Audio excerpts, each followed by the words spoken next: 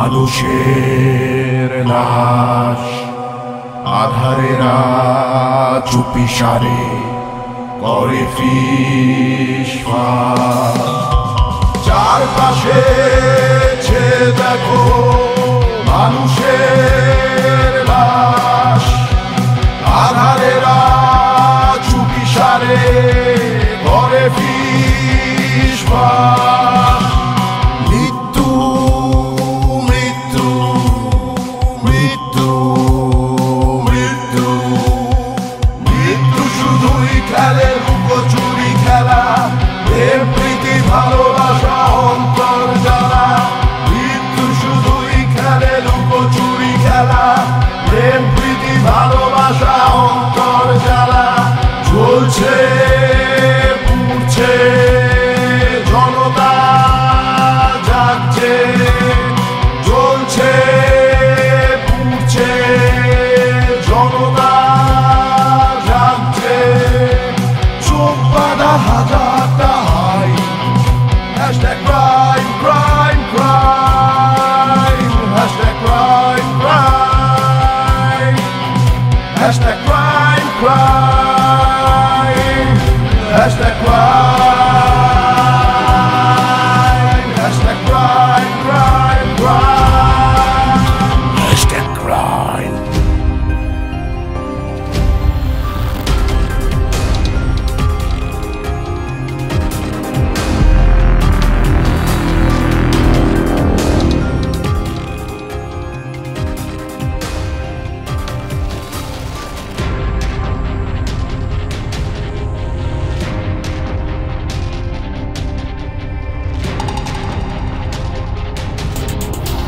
বডিটা পোস্টমর্টমে পাঠানোর ব্যবস্থা করো, আর ফরেন্সিককে খবর দাও। Okay sir. তবে একটা ব্যাপারে একটু অদ্ভুত লাগছে। কি? বাইরের দরজার কোনো ফোর্স এন্ট্রির প্রমাণ নেই। আমিও দেখেছি। তার মানে এটাই দাঁড়ায় করলেন যে আইদার খুনি আগে থেকে ঘরের মধ্যে ছিল, না হলে ঘরের ভেতরের কেউ দরজাটা খুলে দিয়েছিল। আচ্ছা, এই বাড়িতে কি এনারা দুজনেই থাকে? না না স্যার, সুমিতের বাবা মাও থাকে। তবে গত পরশুদিন ওনারা বিদেশে ওনাদের এক আত্মীয়ের বাড়িতে বেড়াতে গেছে। তার মানে খুনির কাছে ইনফরমেশনটা ছিল। তাহলে কি চেনা কেউ? স্যার, হ্যাঁ, রান্নাঘরের মেঝেতে এই ছুরিটা পড়েছিল। ইনফ্যাক্ট পুরো চামচ ছুরিগুলোই এদিক ওদিক ছড়িয়েছিল। বেডরুমটাও লন্ডভন্ড।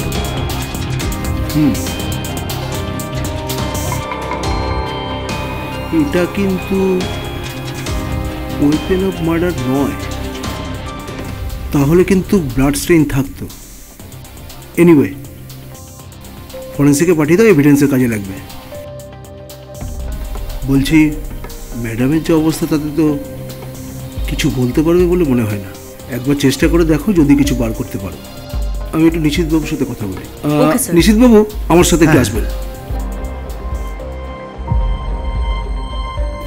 আচ্ছা নিশীথবাবু, আপনি তো পাশের বাড়িতেই থাকেন, টের পাননি কিছু? না স্যার, আমরা তো তখন ঘুমোচ্ছিলাম। হঠাৎ অলকার চিৎকারে আমাদের ঘুম ভাঙে। তারপর এসে দেখি, আমি তো আপনাদের ফোন করে খবরটা দিয়েছিলাম স্যার। এদের কোনো শত্রু ছিল? মানে কে খুন করতে পারে বলে আপনার মনে হয়? আসলে স্যার, আমরা পাশাপাশি থাকলেও তেমন সখ্যতা আমাদের মধ্যে ছিল না। মানে ওই যাতায়াতের পথে যতটুকু সৌজন্য বিনিময় হয় ততটুকু। তবে স্যার, সুমিত বেশ সফল ব্যবসায়ী ছিল এবং অল্প সময়ে অনেকটা উন্নতি করেছিল। এদের মতো মানুষের কিন্তু শত্রু থাকতেই পারে। আচ্ছা, এদের কোনো রিলেটিভ থেকে বা আত্মীয় স্বজন আশেপাশে? তাই ভেঙে পড়েছিল যে পুলিশের পক্ষে তাকে জিজ্ঞাসাবাদ করা অসম্ভব ছিল। তাই প্রাথমিকভাবে পুলিশ এটাকে একটা ডাকাতি করতে এসে হত্যা সন্দেহে তদন্ত শুরু করে। স্যার, সুমিত পোদ্দারের মার্ডারের একদিন হয়ে গেল, অথচ ওনার স্ত্রী এখনো শক সামলে উঠতে পারেননি।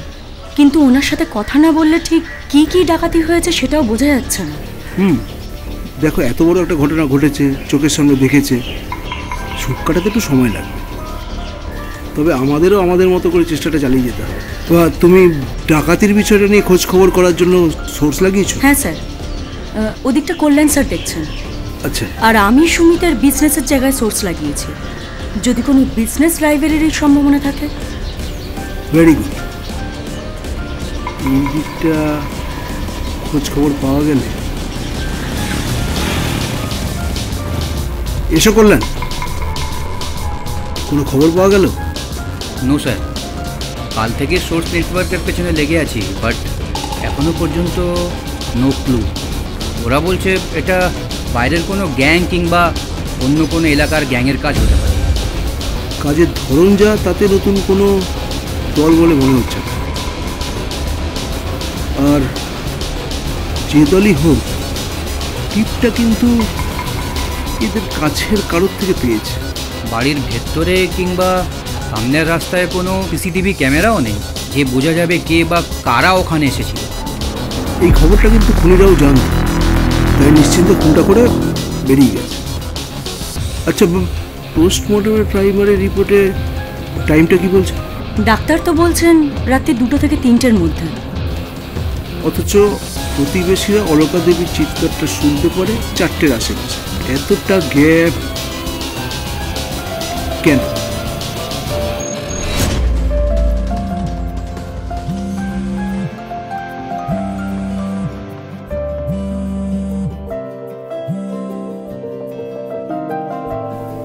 এই সরি আমার না ভীষণ লেট হয়ে গেল গো। 2 মিনিট, আমি এক্ষুনি ফ্রেশ হয়ে আসছি। থাক, তোমাকে আর এত তাড়াহুড়ো করতে হবে না, আমি বেরোবো না। আমি তো বললাম রে বাবা সরি, বেরোতে যাচ্ছে, একটা কাস্টমার চলে এলো, আমি কি করব বলো? প্লিজ রাগ করো না। রাগ করার কিছু নেই, আমার বেরোতে ইচ্ছা করছে না তাই বেরোবো না। আমাদের 8 বছর বিয়ে হয়ে গেল, তুমি কখন সত্যি কথা বলো আর কখন রাগ করে বলো সেটা আমি ভালোই বুঝি। ব্যবসা ছাড়া কিছু বোঝো তুমি? সারাদিন বাবা মায়ের দেখভাল করা আর সংসারের কাজকর্ম করা, এই করতে করতে আমি তো নিজেকে চিনতেই পারি না আজকাল।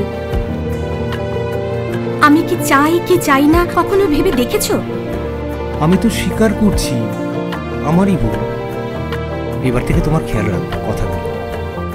এবার তো চলো প্লিজ। গিয়ে কি লাভ? এখন ঘড়িতে অলরেডি 9টা বাজে, তোমার রেডি হয়ে আস্তে আস্তে 10:45 বাজবে। 15 মিনিটের জন্য গিয়ে কি করব? আরে বাবা, আমরা অন্য জায়গায় যাব, ওখানে যাব না। আরে বাইপাসের ধারে একটা খুব ভালো হোটেল হয়েছে, অনেক রাত পর্যন্ত খোলা থাকে। তুমি জাস্ট আমাকে 2 মিনিট দাও, এক্ষুনি আসছি।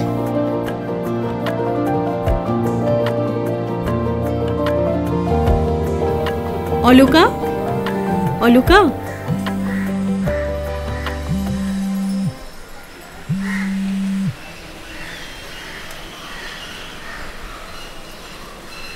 তুমি এদিকে বসে আছো, ওদিকে তোমার মা তোমাকে ফোন করেই যাচ্ছে। ওনারা বয়স্ক মানুষ, তোমার মা অসুস্থ বলে আসতে পারেননি, কিন্তু মনটা তো এখানেই পড়ে আছে। বলো, চিন্তায় চিন্তায় ওনাদের যদি কিছু একটা হয়ে যায়। নিজেকে সামলাও অলকা, তোমার মা বাবা শ্বশুর শাশুড়ি ওনারা তো বয়স্ক লোক, ওনাদেরকে তোমাকেই তো সামলাতে হবে। এভাবে যদি তুমি ভেঙে পড়ো ভাই, কি করে হবে বলো? এভাবে ভেঙে পড়ো না।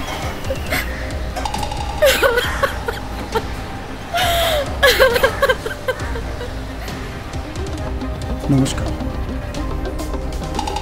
হ্যাঁ বলুন, কি বলবেন? বলছিলাম স্যার, আজকে সকালবেলায় সুমিতের বাবার সঙ্গে ফোনে কথা হলো।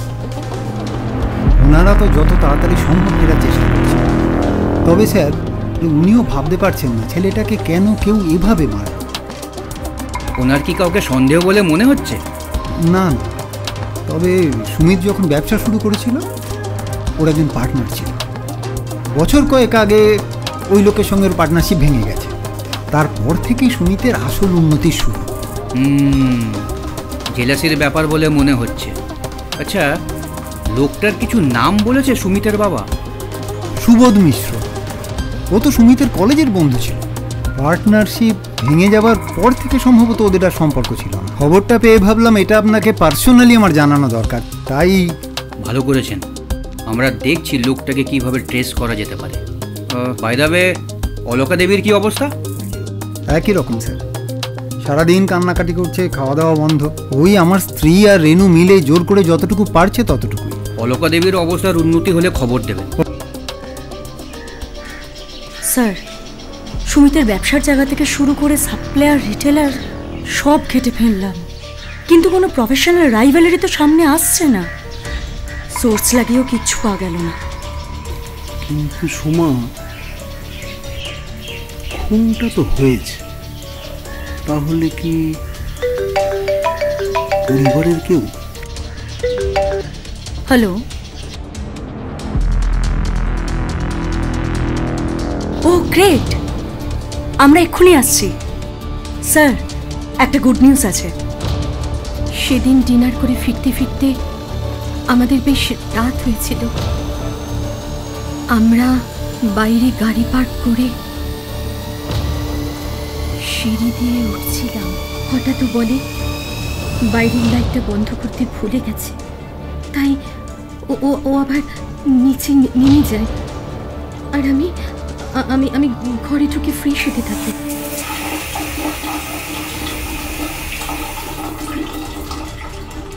ফ্রেশ হয়ে আমি ঘরে এসে দেখি ও তখনও ঘরে ঢোকেনি। আমার বেশ অবাক লাগে ব্যাপারটা, এতক্ষণ ধরে কি করছে নিচে ও? কি গো, কোথায় তুমি? হ্যাঁ, এই তো আসছি। তুমি কি এখনো নিচে? আরে একটা প্রবলেম হয়ে গিয়েছিল, ও এসেছে, দাঁড়াও এক্ষুনি আসছি উপরে।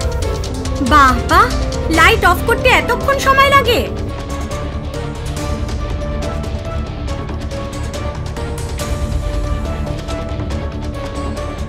কিন্তু আমার চুল টুল বাঁধা হয়ে গেল, ও তখনও ঘরে আসলো না। আমি খানিকটা বিরক্ত হয়ে ঘর থেকে বেরিয়ে নিচে যাব বলে যখন সিঁড়ির কাছে আসি, দেখি দুজন মুখোশ পরা লোক ওকে গলায় ছুরি ধরে ওপরের দিকে নিয়ে আসছে।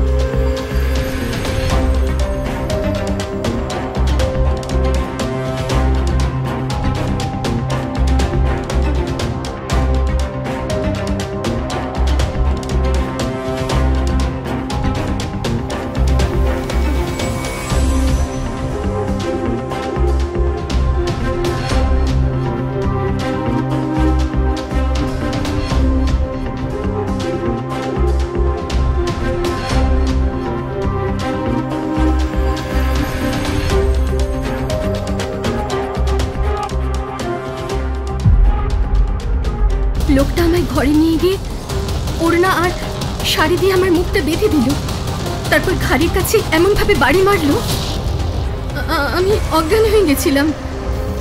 তারপর যখন জ্ঞান এলো তখন দেখলেন যে আততায়ীরা আপনার ঘরের সব লুটপাট করে নিয়ে চলে গেছে আপনার স্বামীর লিখে।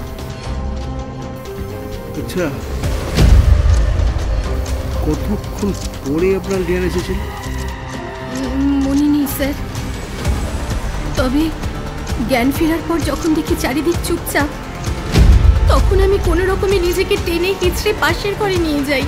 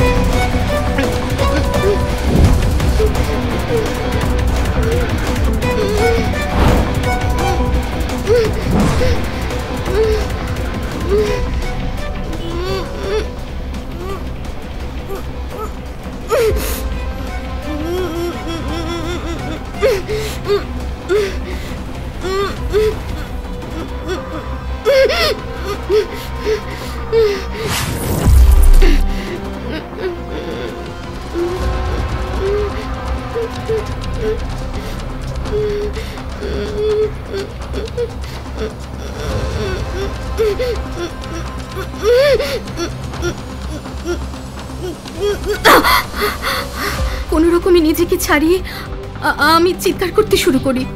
কারা এটা করতে পারে বলে আপনার মনে হয়? যারা এসেছিল তাদের কাউকে আপনি চেনেন? না, ওরা না সবাই মুখোশ পরেছিল, তাই আমি কাউকে চিনতে পারিনি। অবশেষে পুলিশের কাছে সেদিনের রাতের ঘটনাটা স্পষ্ট হলো। কিন্তু এরা কারা?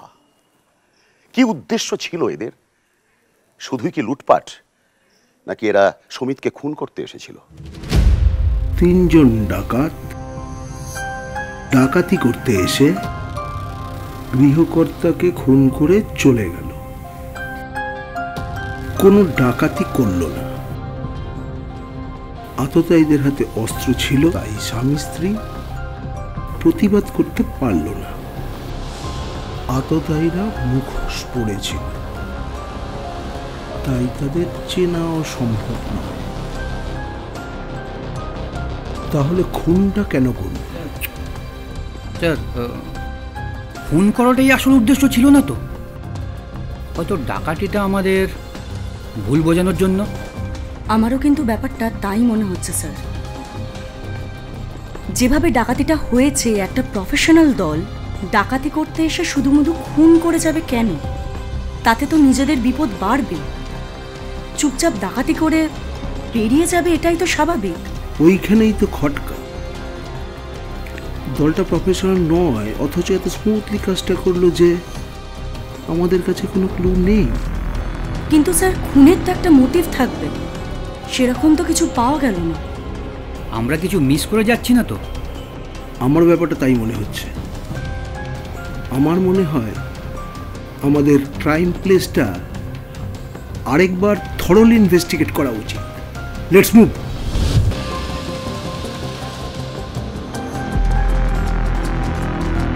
স্যার,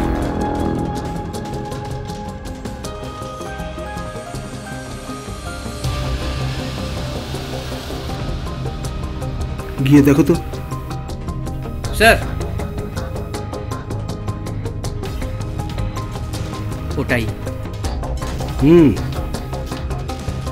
তবে এখনই কিছু কাউকে বলার দরকার নেই, আরো কিছু এভিডেন্স আসুক। নম্বরগুলো করলেন না স্যার? এই যে পেন ড্রাইভ। ও, পেয়ে গেছো? এটা ওই বড় রাস্তার মোড়ে সিসিটিভি? হ্যাঁ স্যার। দেখা যাক কি আছে। আচ্ছা, একটা বেশি কেন? আমাদের মিসগাইড করার জন্য? মেবি। ব্রিলিয়ান্ট চাল। ওকে, লো।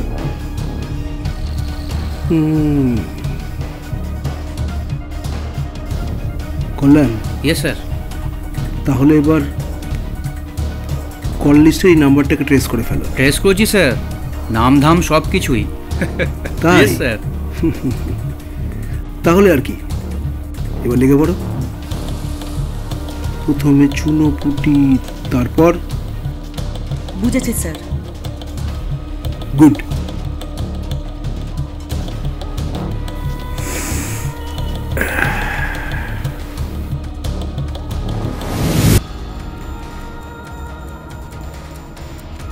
আমাকে হঠাৎ এখানে কেন তুলে এনেছেন স্যার? আমি কি করেছি? সেটা জানার জন্যই তো তুলে আনলাম। নিজে বলবি না, আমাদেরকে বলাতে হবে। আমরা বললে কিন্তু সেটা খুব সুখের হবে না, জানিস তো। তার চেয়ে ভালো তুই যদি নিজে বলে ফেলিস, তাহলে হয়তো। আপনারা কি বলতে বলছেন সেটাই তো আমি বুঝতে পারছি না। সুমিত পোদ্দারকে চিনিস? হ্যাঁ স্যার, ওনাকে এ শহরে কে না চেনে। আমিও চিনতাম। তবে বড় মানুষ তো সেভাবে আলাপ নেই স্যার। তাহলে লোকটাকে খুন করতে গেলি কেন? উনি খুন হয়েছেন আমি জানি স্যার। আমি সাধারণ মানুষ, ড্রাইভারই করে খাই। ওনার খুনের দায়টা আমার ঘাড়ে কেন চাপাচ্ছেন স্যার? আমার বাড়িতে তো বুড়ি মা আছে। চুপ! খুনের দায় তোর ঘাড়ে চাপাচ্ছি? তাহলে খুনের দিন রাতে সুমিত পোদ্দারের বাড়ির সামনে ঘুরঘুর করছিলি কেন? হ্যাঁ, কি ভেবেছিলি মুখোশ পরে থাকলে আমরা হয়তো কিছুই বুঝতে পারবো না, তাই তো? বিশ্বাস করুন স্যার, আমি ওর বাড়ি চিনি না। ঘোরাঘুরি করবো কেন স্যার? ও, তার মানে তুই ভালো কথায় মুখ খুলবি না। কল্যাণ, রামবিলাসকে ডাকো। বেটাকে একটু দাওয়াই না দিলে মুখ খুলবে না মনে হচ্ছে। ওকে স্যার, আমি এক্ষুনি ডাকছি। বিশ্বাস করুন, আমি কিছু জানি না স্যার। তাহলে কে জানে?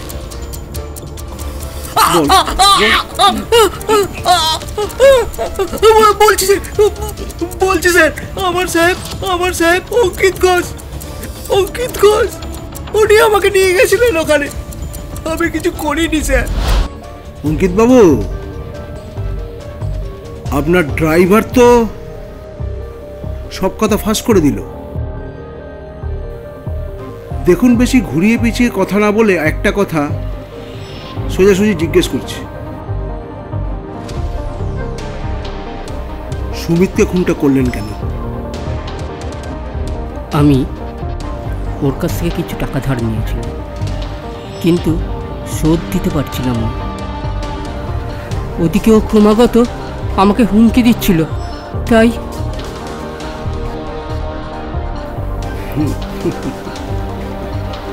বাহ, গল্পটা তো ভালোই সাজালেন।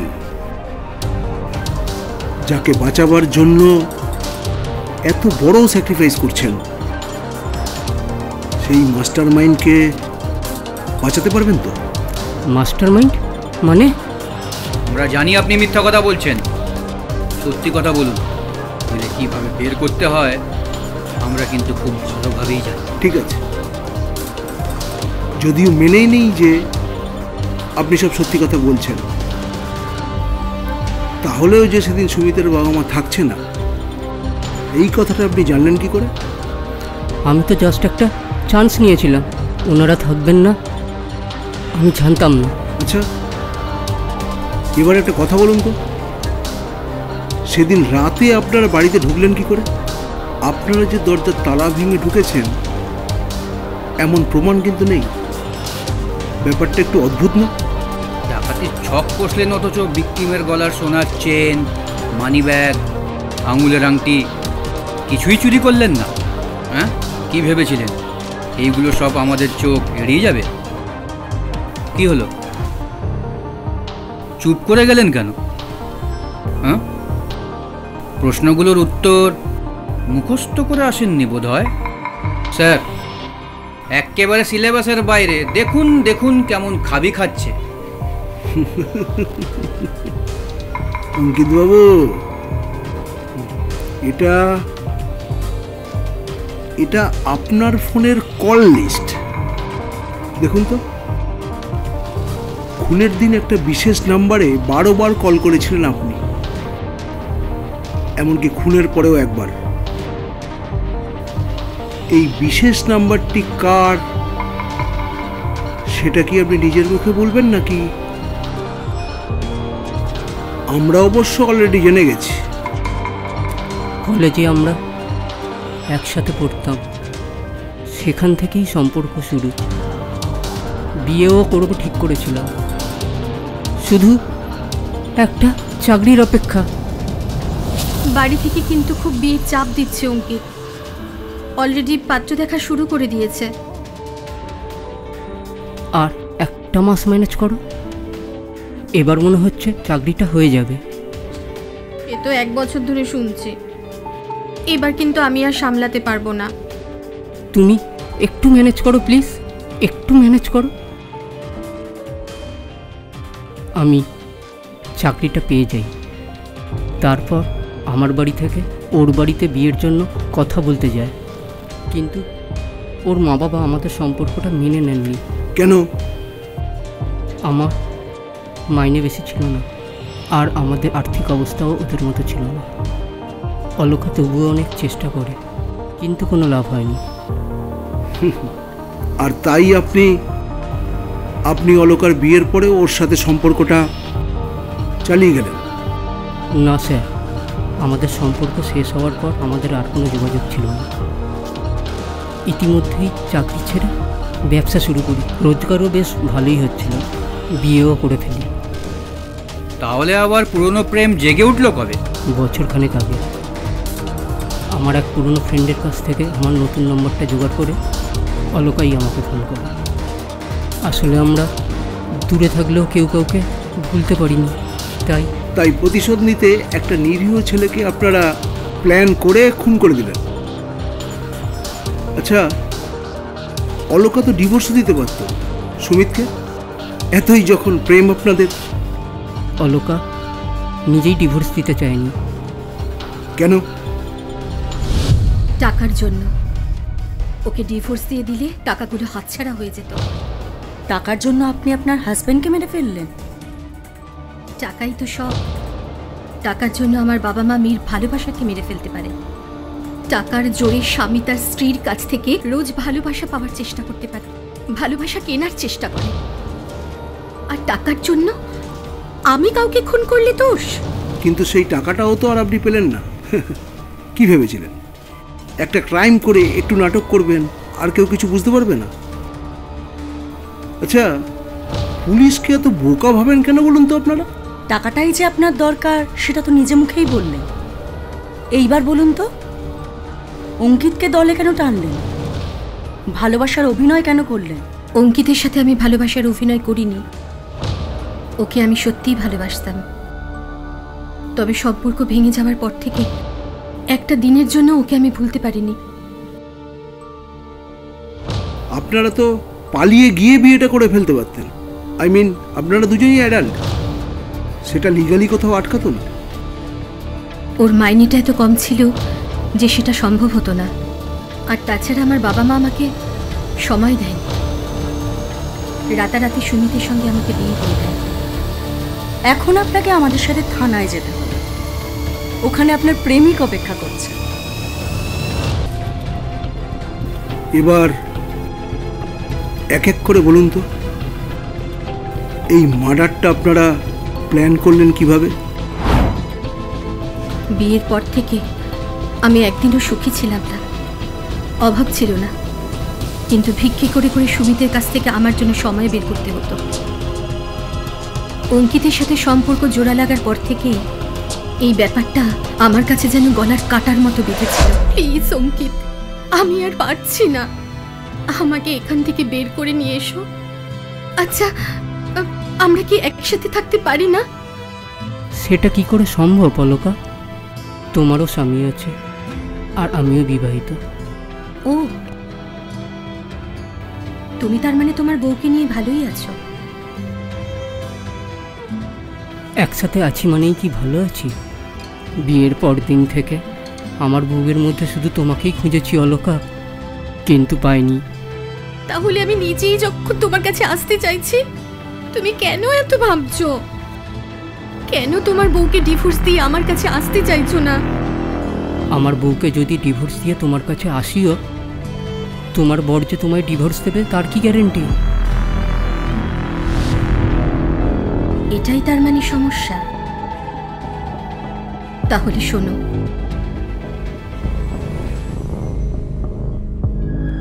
অসম্ভব। প্লিজ অঙ্কিত, প্লিজ, একবার ভুল করেছি, আর ভুল করবো না। আমাকে এই জেলখানা থেকে বের করে নিয়ে বরাবরই আমি ওর চোখের জল দেখতে পারি না। বিশেষ করে যেদিন আমাদের সম্পর্ক ভেঙে গেছিল, তখনও আমি ওর কান্না ভুলতে পারিনি। আজও তাই দুর্বল হয়ে পড়ি। প্ল্যান মতো অঙ্কিত ওর ড্রাইভার পুলককে টাকার লোভ দেখিয়ে ওর দলে টেনে নেয়।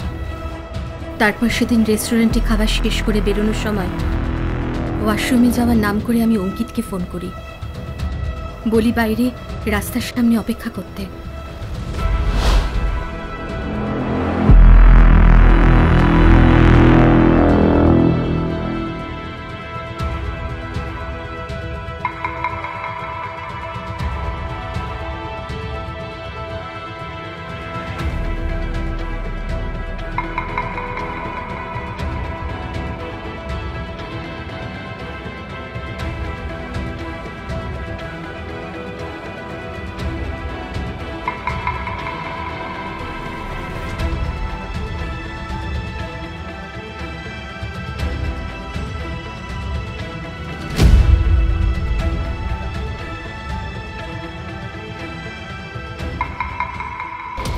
সিঁড়ি দিয়ে ওঠার সময় আমি ওর কাছে জিজ্ঞাসা করি বাইরের লাইটটা নিভিয়েছে কিনা। ও প্রথমে কনফিডেন্ট ছিল নিভিয়েছে, কিন্তু আমি ওকে আবার নিচে পাঠাই ফাইনাল চেক করার জন্য, কারণ আমি জানতাম ততক্ষণে ওরা একতলার ঘরে ঢুকে যেতে পারবে। কিন্তু আপনাদের একতলার আলো তো দোতলা থেকে নেভানো যায়। আপনার ড্রয়িং রুমের বাইরে সিঁড়ির ল্যান্ডিংয়ের সামনে একটা বোধহয় সুইচ আছে, মানে দোতলা থেকে একতলার আলো নেভানো সম্ভব। তাহলে সুমিত নিচে গেল কেন? উপরে থাকলেও সুমিত রোজই নিচে গিয়ে লাইট নেভাত, অভ্যেস বলতে পারেন। তাই আমি জানতাম ওকে লাইট নেভানোর কথা বলে ও নিচেই যাবে। তারপরে ও নিচে চলে যায়। আমি ওপরের ঘরে এসে ফ্রেশ হয়ে রাতের পোশাক পরে নিই। তারপর সময় হলে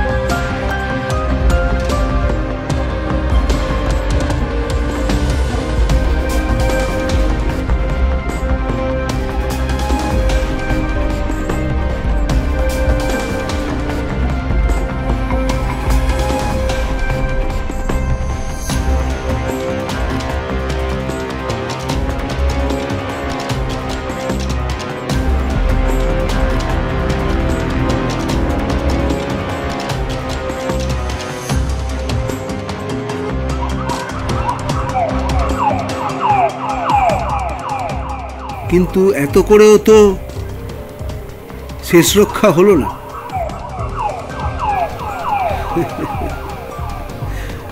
কল্যাণ, দুই রোমিও জুলিয়েটকে এবার আমাদের অতিথিশালায় পাঠানোর ব্যবস্থা করো। সুমিতকে হত্যার অপরাধে পুলিশ অঙ্কিত, পুলক আর অলকার বিরুদ্ধে শুরু করে কেস। কিন্তু একটা প্রশ্ন থেকেই যায়, আজকাল কি সত্যি মানুষের জীবনের কোনো দাম নেই? একজন মানুষের লোভের জন্য কতজন নিরীহ মানুষকে এইভাবে অকালে ঝরে যেতে হবে? এর কি কোনো প্রতিকার নেই? ভাবুন সুপ্রিয় দর্শক, ভাবতে থাকুন। আসবো এরকম আরো বহু ঘটনা নিয়ে আপনাদের সামনে আমি আসবো। ততক্ষণ ভালো থাকুন, সুস্থ থাকুন, সতর্ক থাকুন আর চোখ রাখুন #crime।